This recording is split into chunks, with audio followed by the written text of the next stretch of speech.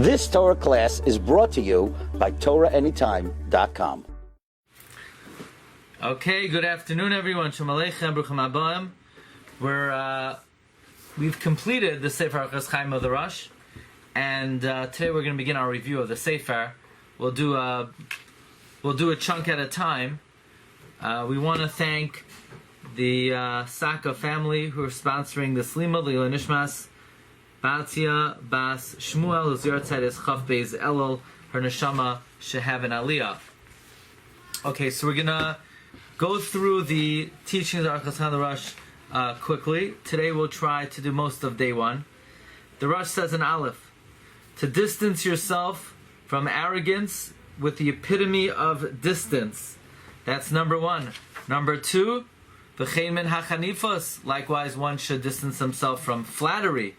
Number three, the Rosh said, from sheker and chazav. The difference was sheker is overt, obvious falsehood, and chazav is something that one only recognizes its falsehood in the end. Number five, the Rosh said to distance oneself from tale-bearing. Number six, the Rosh said to distance oneself from anger. Number 7 and 8, the Rosh said to be careful from the trap of nadarim. Somebody can make a commitment. Somebody could pledge to do something. Someone could do something 3 times and not follow through. You have to be careful from the trap of nadarim. And from number 8, hurting people monetarily, financially, with words, jealousy, or hatred.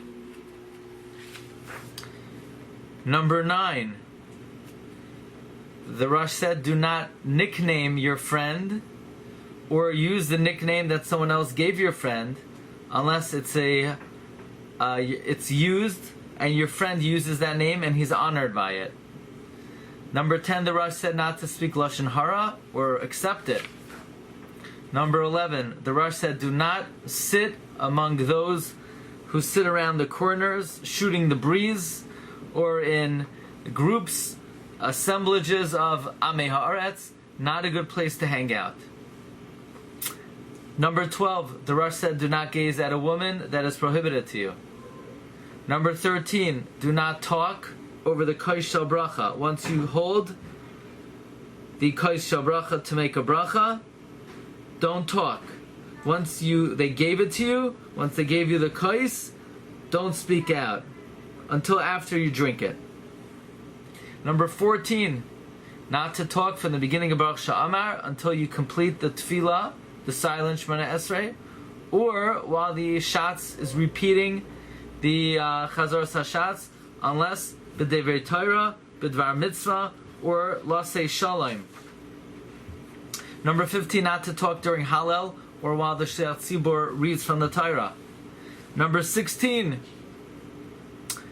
interesting, even though we are lenient and we allow one to eat the bread of a Gentile baker, the Rosh says not to eat the bread of a private citizen who's a Gentile or of a baker unless you're not going to get the bread of a Jew. Number 17, the Rosh said not to partake of a Sudas Rishus, a discretionary meal, which is a question because the Gemara says that only a Talmid Chacham needs to refrain from eating at a Sudas Rishus. But again, we quoted many times that Rabbi Cheskel Levenstein wrote that the Rosh wrote Orchos Chaim LaRosh for himself. And these are his personal practices. Number 18, one should not engage in idle conversation. One should be careful to learn at night until he falls asleep from Torah, but not from Sicha B'Teil. In other words, fall asleep learning or listening to a shiur, not listening to a baseball game. Number 19, don't get involved in Safek Chashecha, where you're entering Shabbos where it might be Shkia, and you should warn your household on Shmir Shabbos, and you should daven early on Friday in order to be Mekabel Shabbos Mi Ba'oid Yom. Number 20, when the 3 tefillos of the day come, drop everything you're doing. And the chief kavana, the chief practice is you should guard your eyes not to look at something that doesn't belong to you. So not just don't gaze at a woman who's prohibited to you, but don't even gaze at something that you don't know. Somebody's driving down the street in a really, amazing car. You don't need to look at it even. And Rabbi Cheskel Levenstein also pointed out, you see the great fear that the Rosh had, that he was afraid even seeing something that didn't belong to him would somehow disturb his kavanah in davening. Well, let's see if we could go a little further. The Rosh says, don't speak, number 21, between Netilas Yadayim and Hamoitzi, and you should greet everyone. You should always be Makdim Shalom V'Lechol Adam. So that's interesting that the Rosh is juxtaposing, don't speak between Netilas Yadayim and Berachas Hamoitzi. I guess the connection would be, on the one hand, at certain times you have to be extra careful to be quiet, but that should not affect your friendliness and your being outgoing to greet somebody at other occasions. Number 22, bless the Creator that He satisfied your thirsting soul. What does that mean? That the Reb Chaim Kanievsky says that means that you should always be careful in Birchas Hamazon. And if anyone curses you or shames you, don't respond, but be among those who bear insult.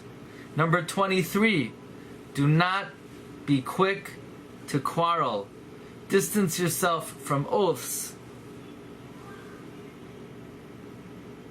because of the sin of making distance yourself from oaths and nedarim, because it could affect the viability of one's family and children. Number 24, distance yourself from laughter, from lightheadedness, from anger.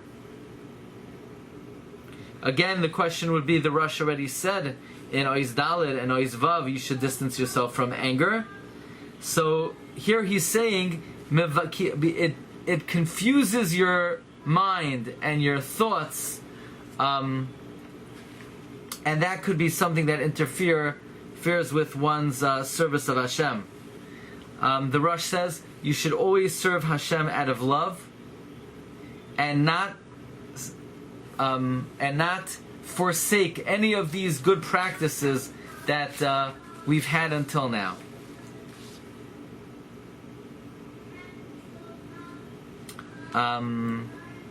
Number 25, the Rosh said to love Hashem with all your heart, with all your soul, with all your possessions, and you should think, when you say the pasuk V'yahavtas Hashem leikach with b'chol levavcha, that you would give up your body and your money al kiddush Hashem, and this way you're mekayim the words of David HaMelech, ki alecha hiragnu kol hayom, that for the sake of Hashem we're willing to give up our life every day.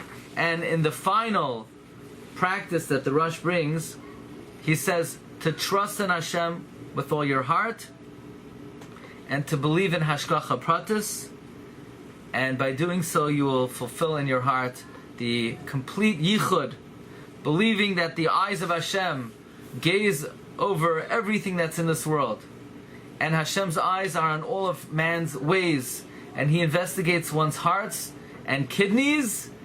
And the Rosh ends off with his famous words that someone who does not believe in that Hashem took us out of Egypt, he doesn't believe in Hashem's existence, and it's not a complete yichud of Hashem.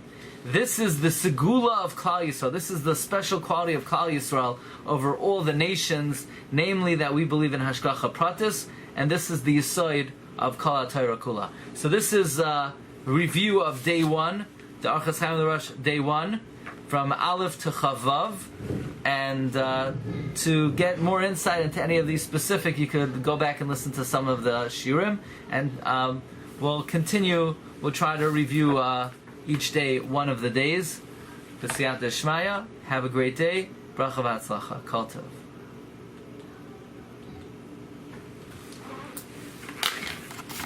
You've just experienced another Torah class brought to you by TorahAnytime.com.